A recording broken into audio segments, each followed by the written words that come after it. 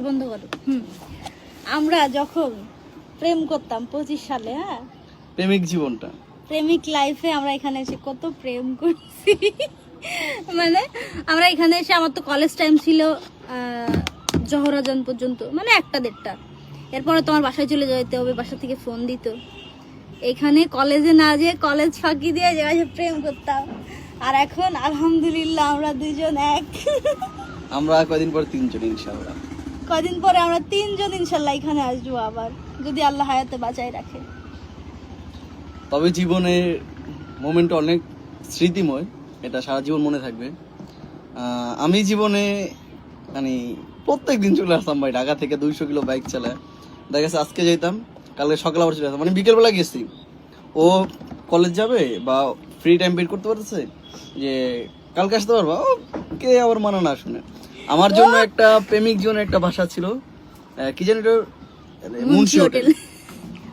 অনেক সুন্দর, ঝিনাইদার ভিতরে অনেক সুন্দর, কম বাজেটে খুবই ভালো ফ্যাসিলিটিস দেয়। আমি যে মানে স্টাইল, তবে একটা জিনিস ভালো যে আমি কথা দিয়ে কথা রেখেছি। মানে এই যুগে কথা দিয়ে কয়জনই বা রাখতে পারে, সে জায়গায় আমরা একজন সাকসেস মানুষ। তবে আমার জীবনে কোনো কষ্ট নেই, আমি আমার পার্টনার নিয়ে স্যাটিসফাই আলহামদুলিল্লাহ। আমি অনেক সুখে আছি, অনেক ভালো আছি। কিছু মানুষের অনেক চুলকায় যে আমি তার সাথে এখনো আছি, সে আমাকে কেন এখনো ছেড়ে দিচ্ছে না।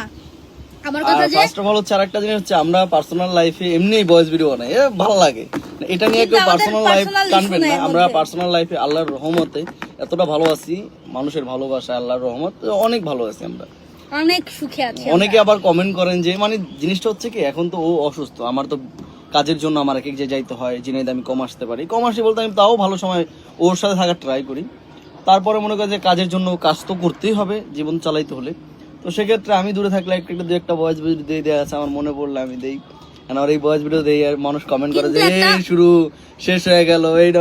আরে ভাই, কিন্তু একটা মজার জিনিস যে আমাদের কখনো ঝগড়া লাগে না, কখনো তুই তো আমারই হয় নাই। আমাদের এই সম্পর্কটা অনেক ভালো, যে আমাদের মধ্যে কোনো ঝামেলা নেই। আমাদের বিয়ে হয়েছে প্রায় 9 মাস, প্রায় 1 ইয়ারের পরিচয়। আজ পর্যন্ত কেউ কাউকে তুই বলি নেই। ও দুষ্টামি করে বলে মাঝে মাঝে, মানে সিরিয়াসলি কোনোদিন কাউকে তুই না। ও আমাকে কখনো তুইও বলে না, একটা বকাও দেয় না। বা যে মানুষ এখন আমার বউ হয়ে গেছে, এখন তো আর আমার প্রেমিকা না, আমি হচ্ছে চাইলে ওকে ধমক দিতে পারবো বা একটু চোখ বড় করে কথা বলতে পারবো। কখনো আমাকে চোখ রাঙাইও কথা বলে না। আমি যেটা বুঝায় একটা মানুষ যেটা বলতে পারো, ধরেন আমি যদি ওর সাথে ও একটা মানে ধরেন মানুষ বলতে একটা ও ছোট মানুষ, ও ভুল ত্রুটি করতেই পারে। যে ওর মনে করেন যে ও কারণ ছাড়া আমার লাগে রাগ করতে পারে, সেক্ষেত্রে আমি রাগ না করে আমি যদি বলি যে এই জিনিসটা আসলে শয়তান হচ্ছে জিতে যায়, তখন ও চুপ হয়ে যায়। মানে আমি ওরা এভাবে বুঝাই যে আচ্ছা আমরা যদি ঝগড়া করি, সে যে হচ্ছে শয়তান জিতে যায়। আল্লাহ তাআলা বলছে যে হাজবেন্ড ওয়াইফের ঝগড়া মানে শয়তান জিতে যাও, সেক্ষেত্রে তুমি কেন শয়তানে জিততে দিবা? তখন চুপ হয়ে যায়। হ্যাঁ আসলে তো আমরা খুশি থাকলে আল্লাহ পর্যন্ত মানে শান্তি হয়ে যায়। তো সেক্ষেত্রে আল্লাহকে জিতানো উচিত। আমরা কি করি, কালকে হচ্ছে ওর আমার ঘুরতে নিয়ে আসার কথা ছিল, যেহেতু আমি অসুস্থ। ডাক্তারও আমাকে মানে এত ঘোরাঘুরি নিষেধ করছে, কিন্তু আমার তো মন মানে না।